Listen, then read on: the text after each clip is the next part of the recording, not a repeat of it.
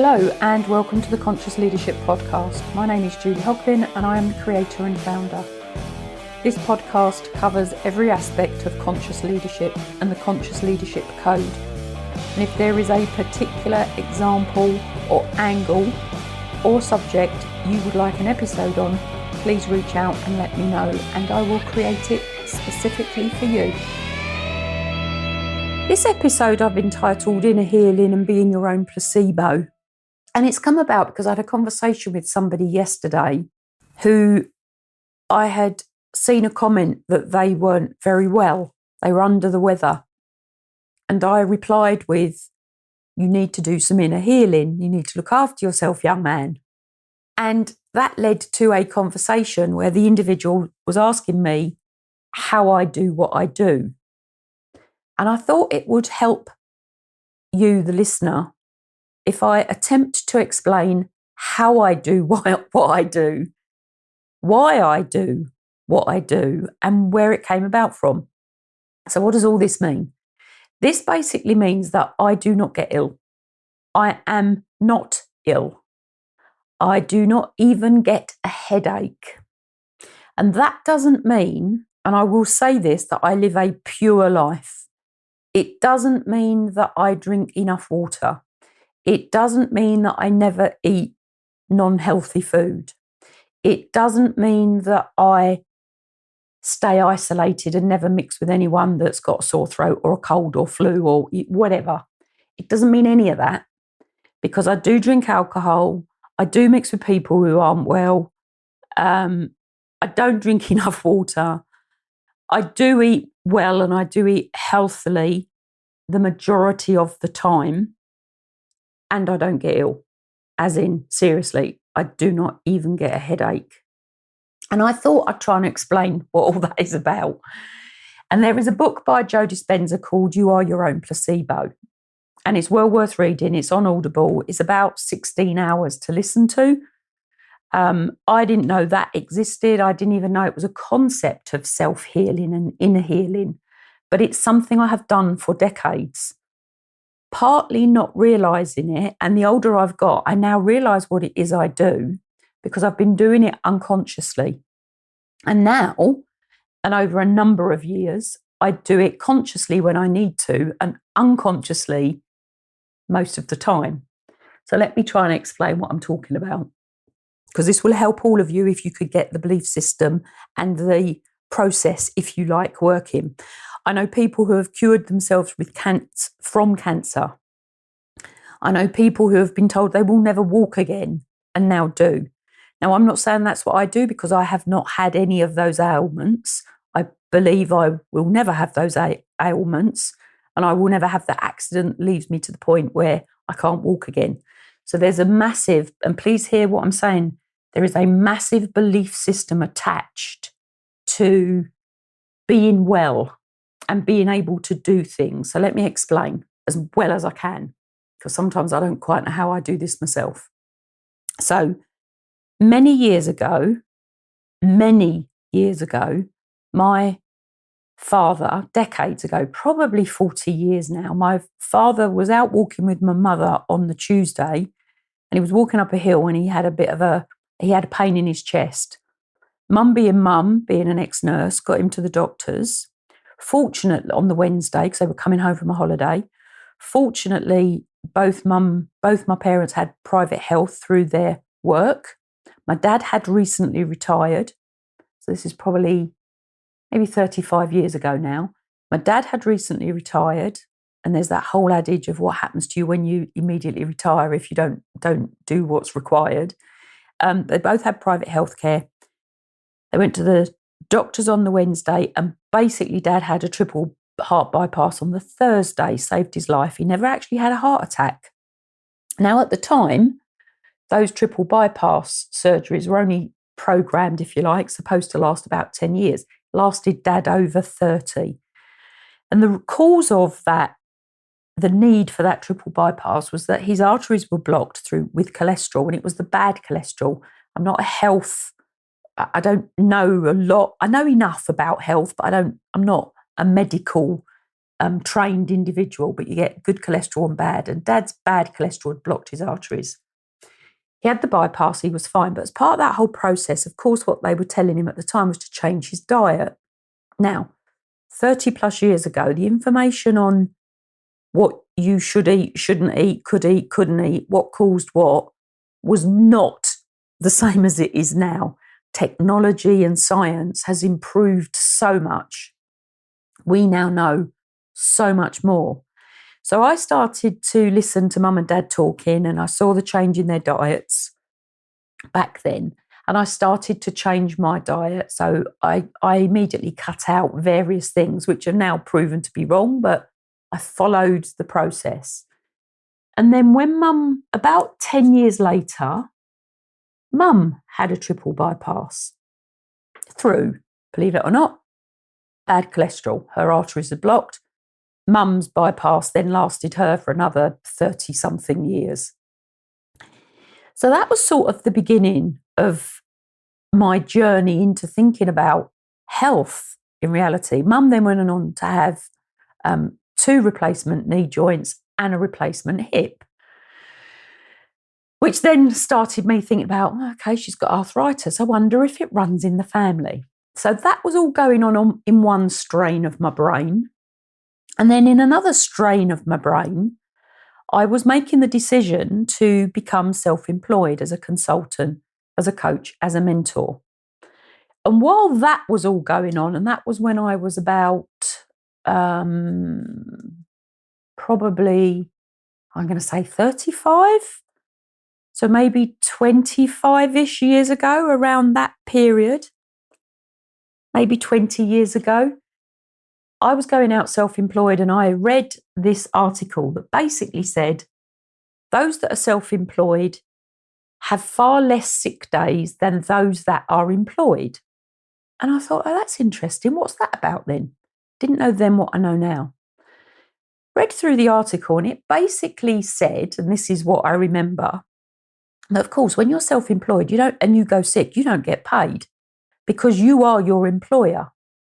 And for all of you that are in the consultancy game, the coaching game, the mentoring game, the therapeutic game, you're a one-man band, you could be a chippy or an electrician or a consultant of any type. So, you could be a project manager, or you could work contract work within businesses, so you're hired for a period of time. And I've done all of these things. I'm not an electrician or a plumber, clearly, but, it's not clearly, but I'm not. But it's a consultancy role where you exchange your time for money. So if you don't exchange your time, you don't get the money. Now, this, of course, doesn't apply if you are a chief exec of a business or you have recurring income streams from whatever source that might be, whether it be books or online programs or an asset base you get a recurring income from, or you are running a business where you have employees and you do not have to be in the business and you take a profit share, however you do that. So it's not the latter of those 2 examples, it's from the first. You exchange your time for money. If you don't work, you don't get paid. So I read this article and I thought, oh, that's really interesting. I'm just about to launch into this, exchange time for money world. I can't go sick. And of course, the other thing I then thought about, so if I don't get paid when I don't work, who's going to pay for my holidays? No paid holiday leave. So I catered all that into my thought processes about how I was going to become this consultant. And basically what happened at that point is that belief went so deeply into my psyche that I had the foundational belief that I would never be sick. Therefore, I am not. And then something else happened. I then started to learn about how the brain works, how we are driven in the main by our unconscious. So we've got the unconscious, preconscious, conscious. We are, if you look at the research that's been completed, something like we operate 95% of habit.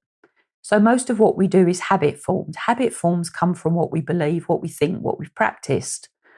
So if we believe when we meet somebody that's got a cold, we will get it, we will. But if we believe when we meet somebody who has a cold, we won't get it. We won't. Now, that's really simple, so please bear with me on this. It's a bit more complex than that. But that's the foundational belief. You believe you won't be sick, so you are not. Now, I know people who have cured themselves of cancer. I know people who have been told they will never walk again, and they do. Now, it's not just about believing in the thing. You have to do the actions to make the thing work. Same as any of us would in any walk of life. If you want to achieve something, you have to work towards achieving the thing. So over the years, my diet has changed because I'm thinking, well, if I want a good result, then I have to give myself good. So what goes in is what comes out. Now, what does that mean? That means that I have stopped eating wheat. I have stopped drinking and eating dairy. And I have stopped eating processed foods. Now, I say that with a caveat. I have not done that 100% of the time. I probably do that 90% of the time. So things like, when I say I don't eat wheat, I don't eat bread. I don't eat cake. I don't eat pastries. I don't eat pasta. And I love pasta. But what I have done is found an alternative. Now, I don't eat bread. I don't eat pastries and cakes. But I found an alternative to pasta, as in wheat-based pasta. And I have found an alternative to dairy, basically coconut. And that comes in many guises. Now, when I say 90% of the time, I do on occasions eat ice cream. I do on occasions eat bread. I don't eat wheat, but as in pasta. But I do on occasions eat ice cream and cream. And I do on occasions have a piece of cake, especially if it's fresh cream cake. So put the two together and then I'm in my heaven. But in the main, I do not eat. And I do not eat those processed foods. So I don't eat takeaways. Very, very, very, very rarely do I ever eat a takeaway or like a ready meal that you stick in the microwave. Very rarely eat those. Because I know they do not serve me, so I don't eat them. And I eat far more vegetables than I have ever done in my life, and I still eat meat, and I eat less meat because I was a big meat eater, as in a lot of meat. So I now just eat less, but I probably eat meat, I'm going to say 4 out of 7 days a week, maybe even 5 out of 7 days a week. So I'm not vegetarian, I'm not pescatarian, I am a carnivore. Whether you agree with that or not, it's a whole other thing, but just telling you how it works for me. And when I started to learn about how the brain works, how the mind, the body, the heart, the soul all work together with the unconscious and the conscious, I started to realise that I actually also do another process. And this process comes about initially from a film I saw. So I don't know what the film was called. I have no idea. It was long time ago. And it was a film about where they put some people in a submersible. They shrunk the submersible and injected it into a human because I can't remember the reason why, but the submersible went into the human to travel around the human's arteries and veins, like in its bloodstream, because they were looking for something. So it was something to do with healing, the whole film. But that's the only bit I remember of it. And what happened, this submersible was attacked while it was going through the blood system because the body saw it as a irritant. The body saw it as a disease. The body saw it as a infection. So basically the body, white blood cells, attacked the submersible to basically kill it. Now, I can't remember the rest of the film. I think they escaped. I think they got the information they wanted, and I think they were extricated from the individual's body. But I remember thinking, that's really interesting. So they've gone into someone. So if I could go into myself and have a look around myself, I could find out if I was okay, well, healthy, or if there was anything going wrong with my organs and my heart and my liver and my lungs and my, down through my joints. And if there is, maybe I can clear it. Now, I know this sounds bizarre, but this is what I now do. So what I do, and I'm getting back, I used to do this really regularly. Then I forgot I did it. And now because people are asking me and I'm realising that I still don't get sick, I'm thinking, well, how do I do this? And people are now asking me how I do this. So I'm now trying to explain it. So basically what I do now is that I suppose I go into a form of meditative state and I detach I don't know, the only way I can describe it is my being, so my soul, from my physical form. So when you go into a meditative state, and I was only thinking about this morning, you become detached. I go internally to myself and I travel round my internal body, having a look to make sure everything is okay. And my intuition tells me if something is not okay.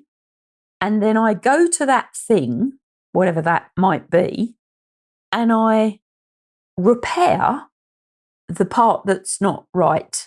So let me give you an example of this. I did this the other day. I've done this twice actually recently. So a little while ago, I woke up, and this is where you really truly have to listen to your body. And please hear me, I'm the most practical person you'll ever meet, but I connect dots. I create links and connect dots that sometimes other people don't. So I'm very practical. I am really down to earth. And what I'm now going to say is going to sound really weird to some of you, and it works. So 2 things probably over the last couple of months. You know, when you start to get a cold, when you really listen to your body, you know it's coming. You know something's not quite right. And for me, if I am in that position, so maybe my guard has been let down for whatever reason, maybe I have got too tired, I've parted both ends of the day, who knows? I've left myself vulnerable. When that happens to me, I get a tingling in my nose, top of my nose, like the bridge. And what I did, I recognised something wasn't right. I thought, oh, here we go. So I went internally. I took myself to the bridge of my nose, and I'm very visual, so I could see something, just a little speck, like a little speck of dust that was going to grow if I didn't grab it and get rid of it. So I, if you like, encapsulated the little speck in an impenetrable shield, like bubble. And then I took it from the bridge of my nose to my shoulder, down my forearm, and expelled it through my elbow. And that's quite a key point for me, my right elbow. Things go out in that direction. And it went. So I don't get a cold, I don't become ill. On Saturday night, I was at an event. I did a lot of shouting. Like really, egging someone on to win. It was a charity boxing match. And I woke up Sunday morning and my voice was about 10 octaves lower. Wasn't ill, but I was about 10 octaves lower. And I was sitting next to somebody who said, oh, I've got a really sore throat.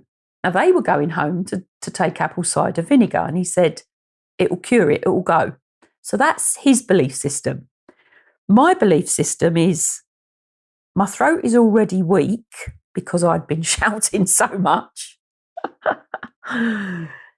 I'm sitting next to this guy who's saying he's got a sore throat. I'm not going to get it. I'm fine. So that was Saturday. Sunday morning, I woke up and I thought, oh, that's interesting in my throat. And I could feel a tingle. Now, this time, so Sunday morning, and we're now on what? Yeah, Sunday morning. I woke up, thought, oh, I can feel something in my throat. So I did the same process. I sort of went into that meditative state. And please don't ask me how I do that because I don't really understand that myself.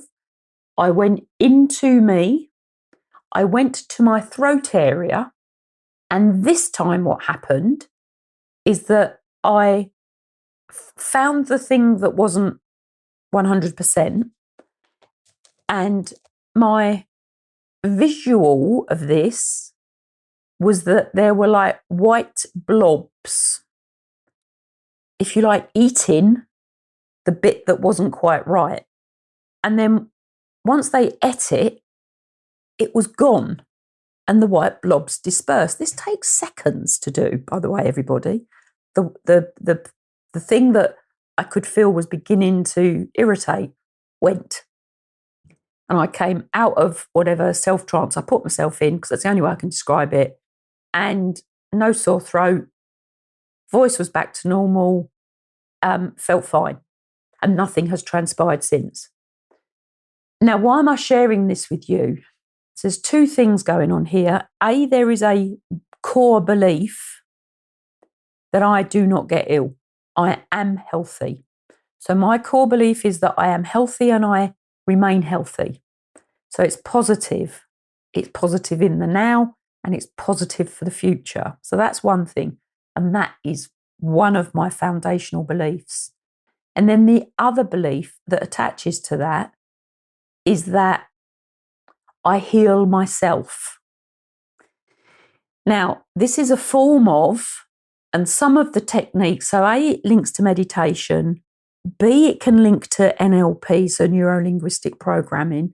And I've only discovered, if you like, how I use some of the techniques associated to NLP.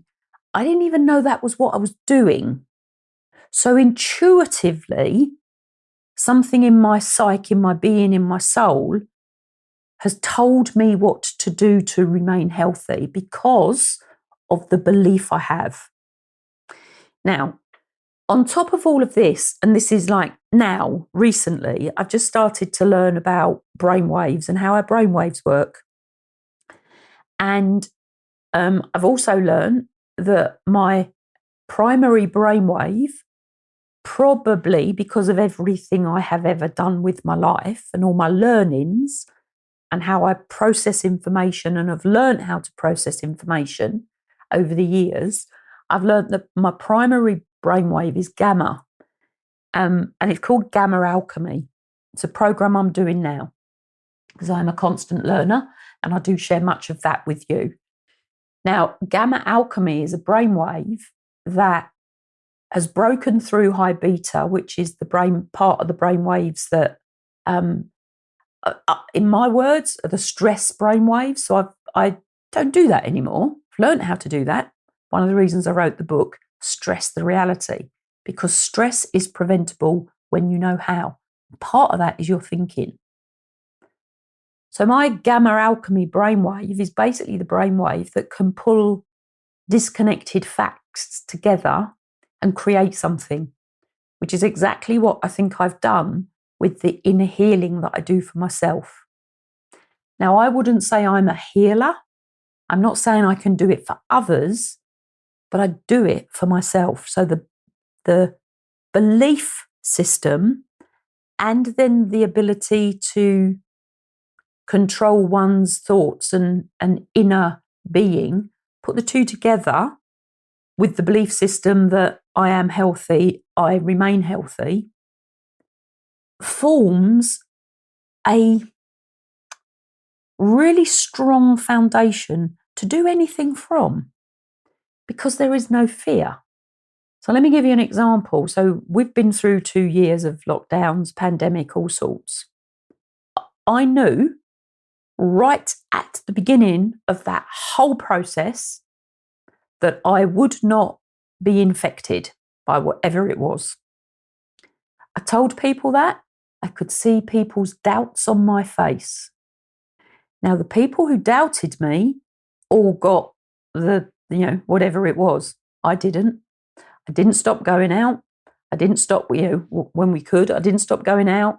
I didn't stop doing what I would normally do when we could. I didn't stop meeting people, and I didn't wear a mask, and I didn't get the thing.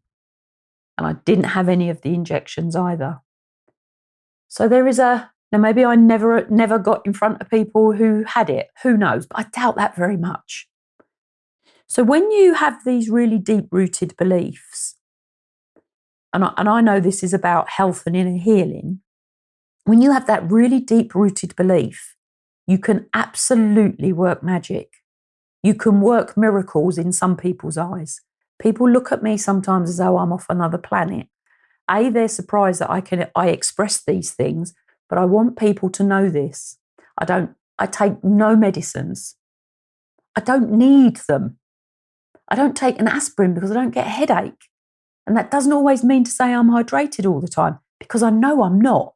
But I do not get a headache because I believe I won't, so I don't. Now, that's a really simple phrase, but if you believe you can, you do. You've got to take the action as well, though.